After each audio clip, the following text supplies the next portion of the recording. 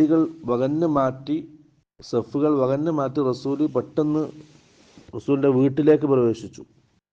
ഫഫസിഅന്നാസു മിൻ സുർഅതിഹി, റസൂലിൻ്റെ ഈ ധൃതി കണ്ടിട്ട് സഹാബാക്കളൊന്ന് പേടിച്ചു. നിസ്കാരത്തിന് ഉടനെ എണീച്ച് പോകുന്നത്.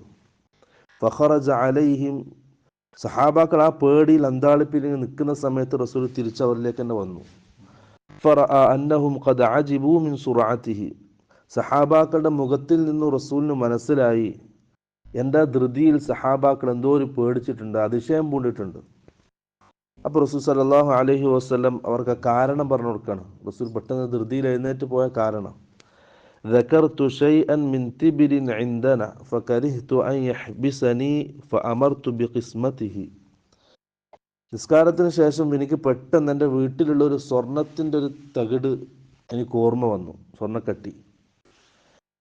അതെൻ്റെ അടുക്കൽ ബാക്കിയാകുന്നത് ഞാൻ